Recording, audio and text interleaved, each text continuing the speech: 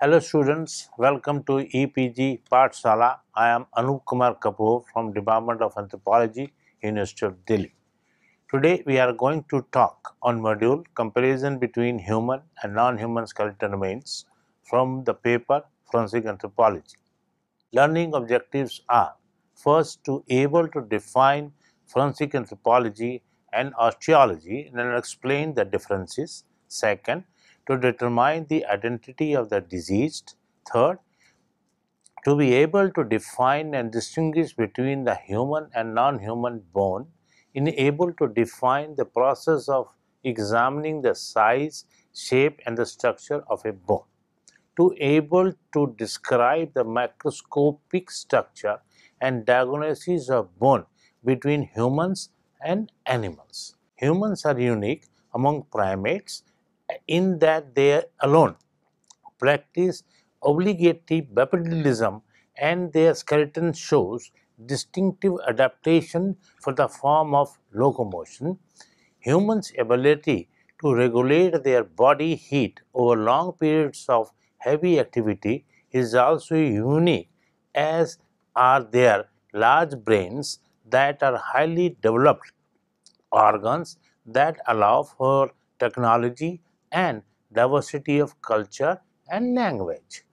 These qualities enable humans to travel over water, in the air, and into space. Humans live permanently in almost all terrestrial parts of the planet and occupy inhospitable environments. Distinguishing between human and non-human bone is a task that should only be undertaken by a forensic anthropologist or individuals experienced in osteology.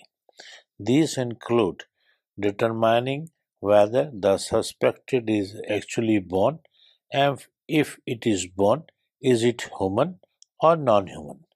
Numerous non-osseous materials such as wood, pottery, plastics, or even stones can sometimes be mistaken for fragmented human bone. Before discussing whether or not a bone is human, indeed, at the start of any investigation involving suspected skeletal remains, the first thing the examining anthropologist must determine is whether or not the material is bone. Once the anthropologist is sure that the material is bone, they must determine whether it came from a human or a non-human animal. An experienced forensic anthropologist will have no problem distinguishing non-osseous material from bone. Thus, basic knowledge of the human skeleton and non-human skeleton can help to save time when determining the forensic significance of whole or fragmentary skeletal remains. By examining the size, shape, and structure of a bone, and an anthropologist can determine if it is human. In determining whether or not bone is human, it is important to distinguish between an area of the bone to bone articulation, an area of muscle attachment, that is the origin or insertion, and area of relatively smooth bone, that is neither an area of articulation nor an area of muscle attachment. Distinguishing humans from other mammals.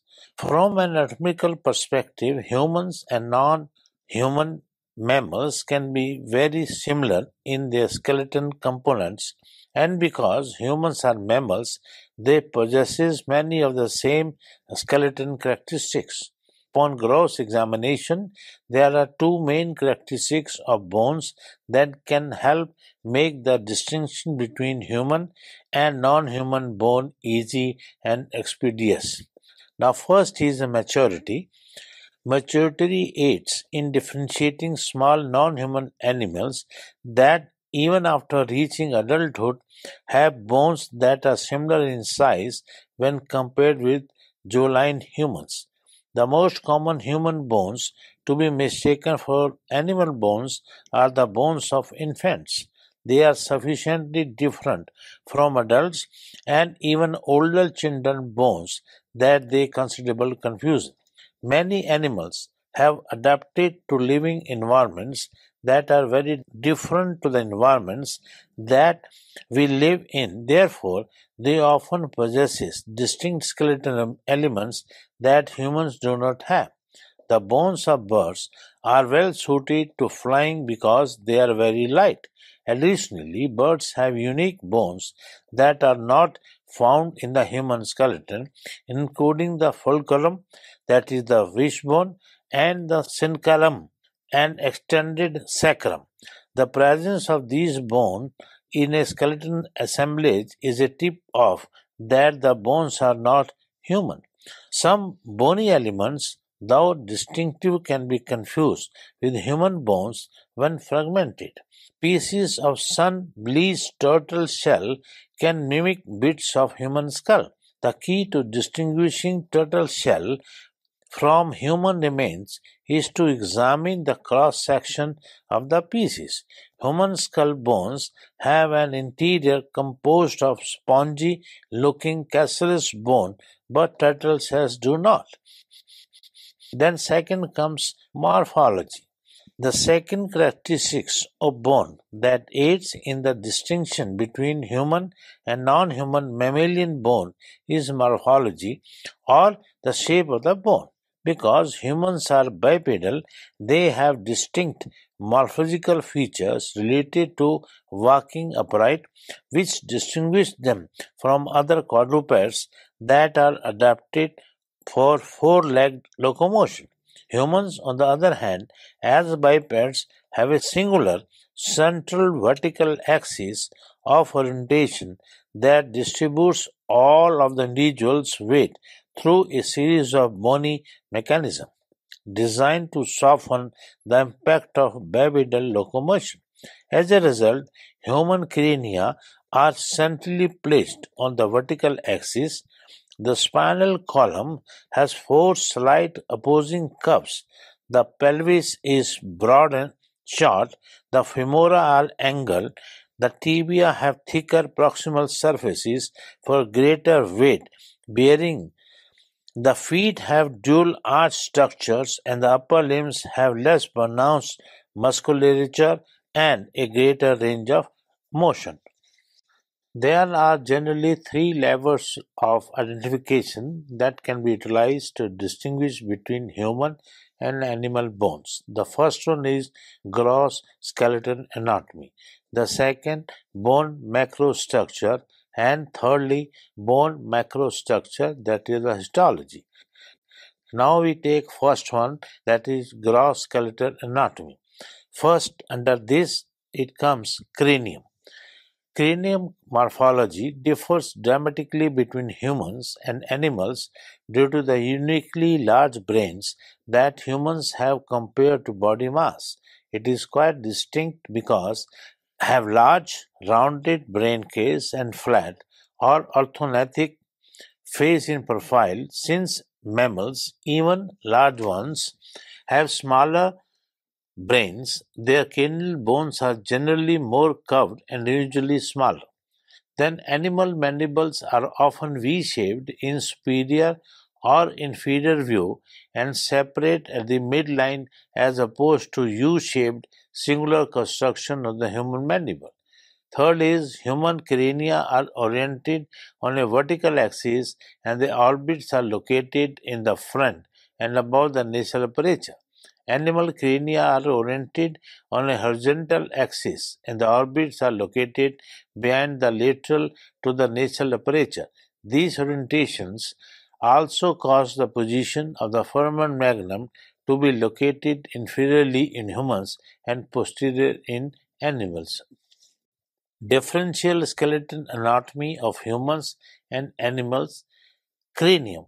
Humans and the animals. Now we can see from this table there are few characteristics by which we can differentiate between human and the animal. The first one is large, bulbous, walled, small face. In the case of animal, it is small walled, large face. In the case of human, vault relatively smooth. In the case of animals, it is pronounced muscular markings, sagittal crest inferior.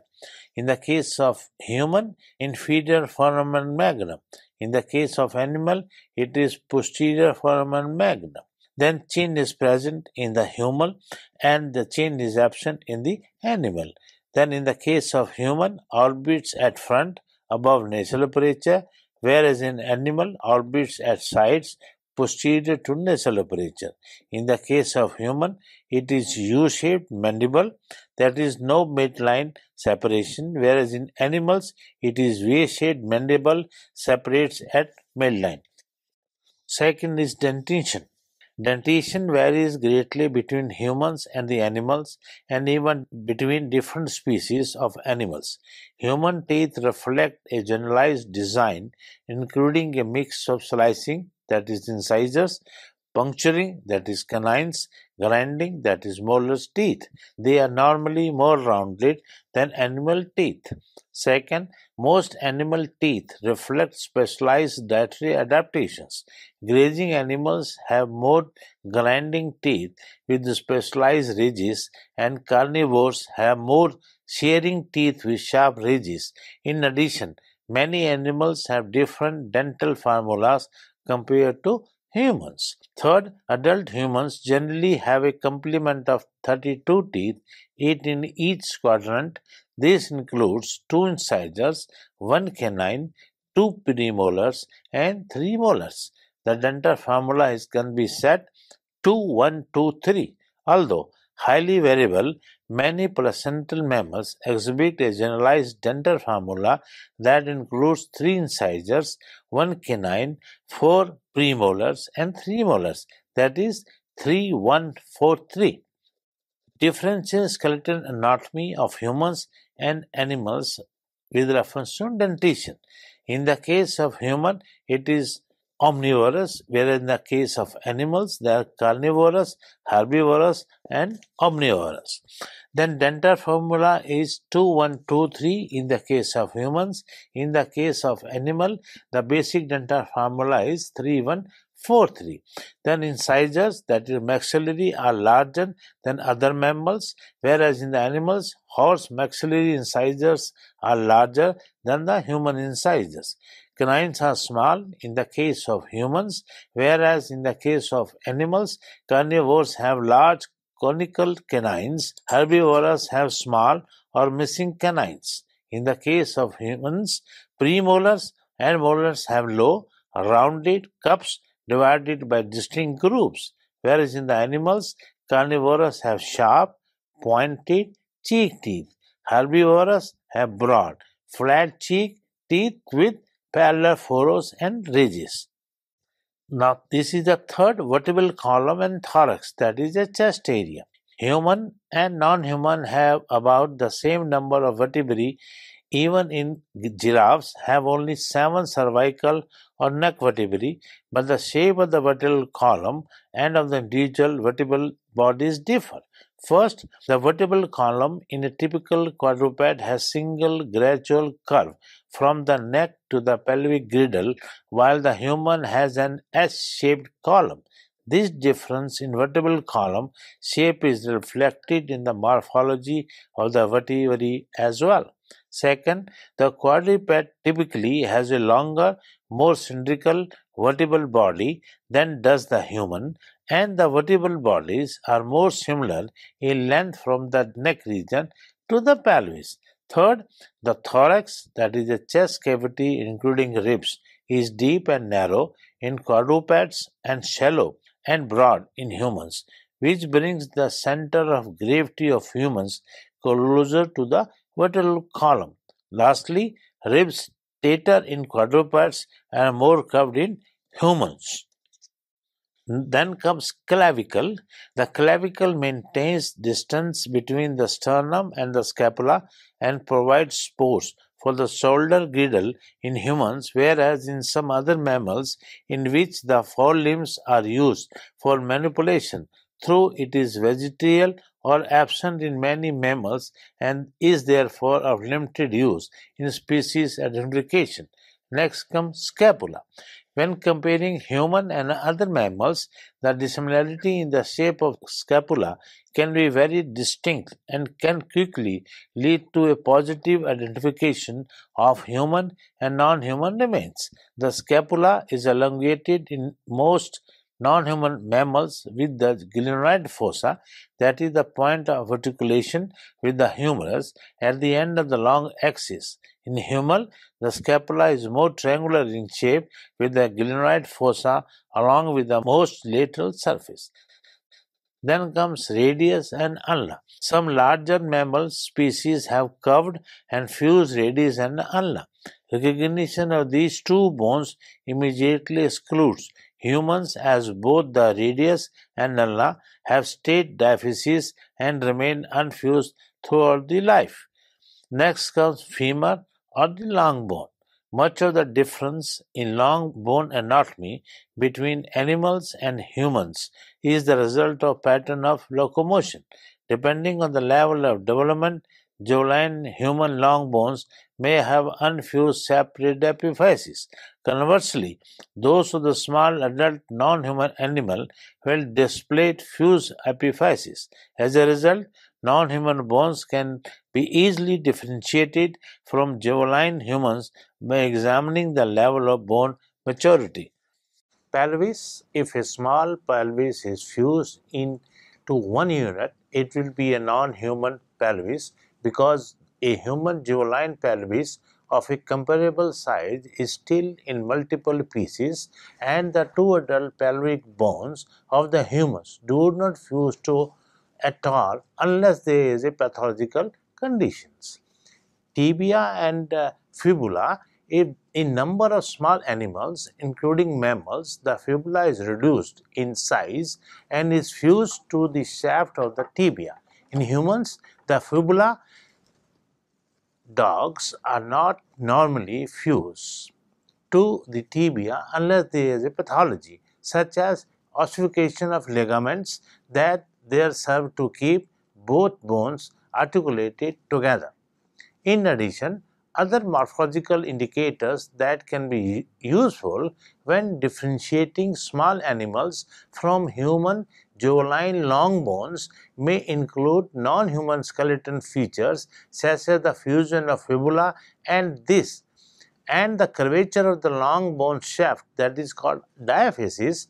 The long bone shaft of small mammals may be noticeably curved where it is stayed in healthy juveniles. Now we take foot. Mammals belong to the order Artiodactyles, that is hoofed mammals that have an even number of toes on each foot, 2 or 4, can easily distinguish from humans by the presence of metapodials.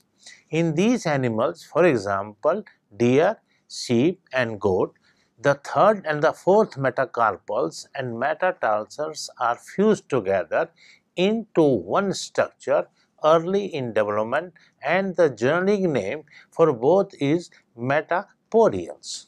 Differential skeleton anatomy of humans and animals postcranium. In the case of human, upper limb less robust. In the case of animal, robust upper limbs. In the case of human, radius and ulna are separate bones.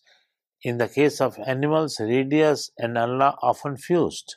In the case of human, large, flat and broad vertebral bodies with spinous processes. In the case of animal, it is small vertebral bodies with convex or concave surfaces and long spinous process. In the case of human, sacrum with 5 fused vertebrae, short and broad. In the case of animal, sacrum with 3 or 4 fused vertebrae, long and narrow. In the case of human, pelvis is broad and short, bowl-shaped, whereas in the animal, pelvis is long and narrow, blade-shaped. In the case of human, femur is longest bone in the body, linea aspera is singular feature. In the case of animal, femur is similar length to other limb bones, linea aspera double or plateau. Then in the case of human, separate tibia and fibula. In the case of animal, tibia and fibula are often fused. In the case of human, lastly, Foot is long and narrow, weight borne on heel and toes, whereas in animal, foot is broad, weight borne mainly on toes. Second comes bone macrostructure. Animal bones have a greater density relative to size, less porous, and thicker in cross section than the bones of humans. In humans, humeral and femoral cortical thickness is about one-fourth of the total diameter compared to half of the total diameter in animal proximal limb bones. Some basic differences in animal and human bones macrostructures are. Now here in this table, differential bone macrostructure of humans and animals. In the case of human, it is more porous cortical bone, whereas in the case of animal, it is less porous cortical bone. In the case of human, one-fourth thickness of the diameter of long bone. In the case of animal, half thickness of the diameter of the long bone. Now when we see at these two diagrams where it shows the relative thickness of animal and human diaphyseal cortical bone, the dark circle is of animal and the other, it is very same, it is a human bone. Means how they are different from one another, that picture is very clear. The third is bone microstructure, that is the histology. In fact, if just a small bone fragment is recovered without any morphological indicators, the only way to identify whether it is human or non-human would be through histological, that is microscopic examination, or DNA analysis. In addition to the general gross morphology, that is the shape of the skeleton element, the external and the internal texture of the bone are vital to diagnosing the bone and the species.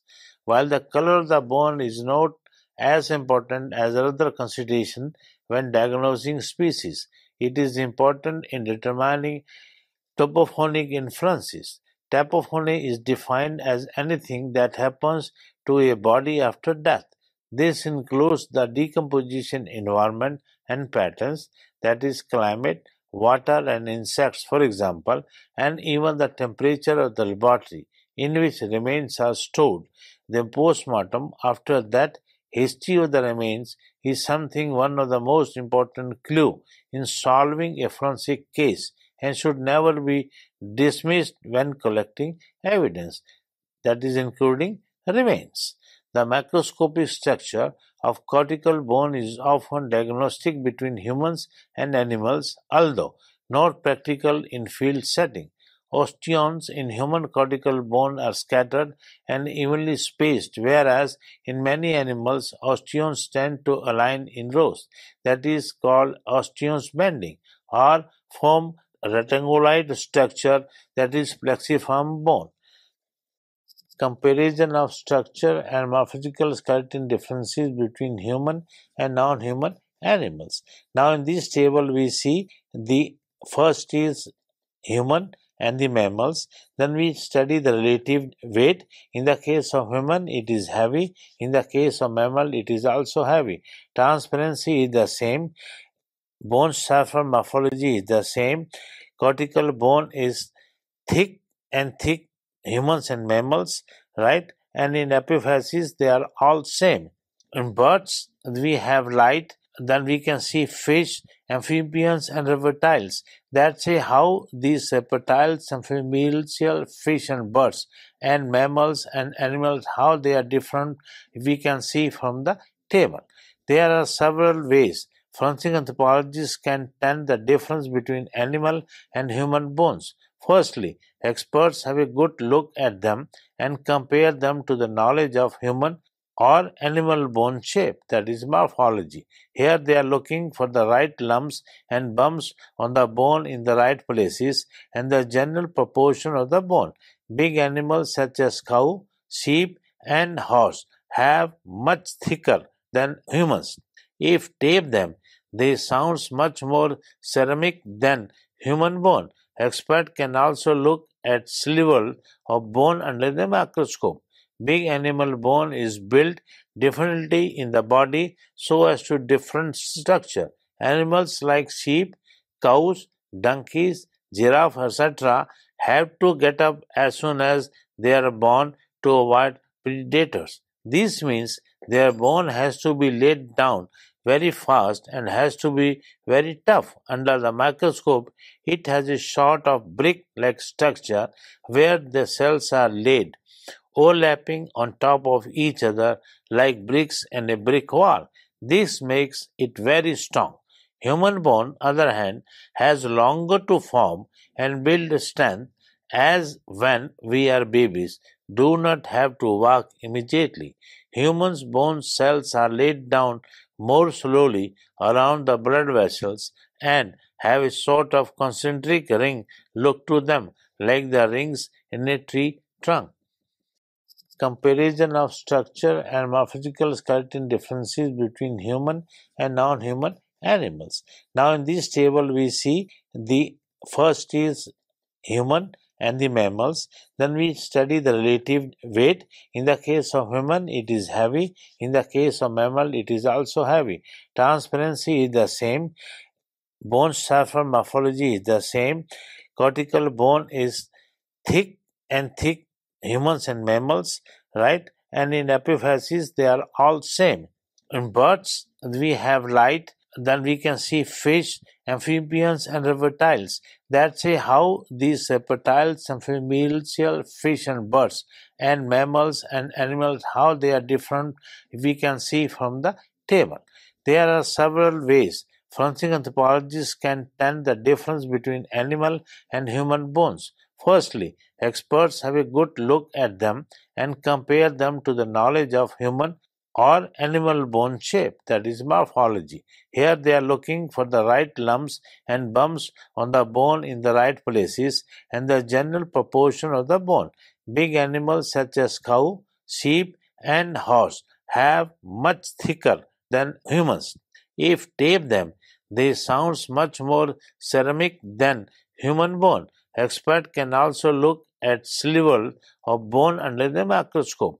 Big animal bone is built differently in the body so as to different structure. Animals like sheep, cows, donkeys, giraffe, etc.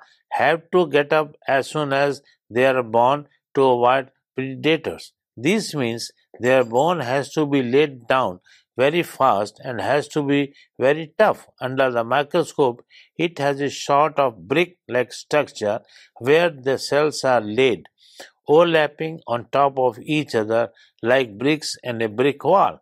This makes it very strong. Human bone, other hand, has longer to form and build strength as when we are babies, do not have to walk immediately. Humans' bone cells are laid down more slowly around the blood vessels and have a sort of concentric ring look to them, like the rings in a tree trunk. Let us summarize this module. Humans and animals have anatomical differences in skeleton composition which distinguish bones throughout all parts of their bodies. Human and animal bones are distinguished by gross skeleton anatomy, bone microstructure, and more bone macrostructure. Some human and animal bones are quite similar, making it difficult to identify isolated and fragmentary bones in the lab and the field. Cranial morphology, for instance, differs between humans and animals because of large brain size that humans have compared to their bodies. Humans generally have smaller faces compared to their cranial walls. The opposite is true for most animals with the exception of some primates. Human crania are also oriented on a vertical axis. The layout is horizontal for most animals. Humans and animals also have different teeth layouts and mouth structure. This difference, called dentition, accounts for differences in human and animal dental formulas and teeth size and shape. For example, humans have small canine teeth and low molars, while animals have small or non-existent canine teeth. These teeth are sharp and jagged in carnivorous and rounded or flat in herbivorous. Postcranial human bones of the upper limbs are less robust than those of the animals. Humans have separate radial and ulnar bones, while these two bones are fused in most animals. All mammals share a generalized skeleton template, meaning they all have the same bones in roughly the same locations: a skull, spine, which ends in a tail, ribs, which supports the internal organs, and four sets of limb bones. If an investigator understands and uses the basic principles, it will not be necessary to memorize the form of each bone of each species. Thank you.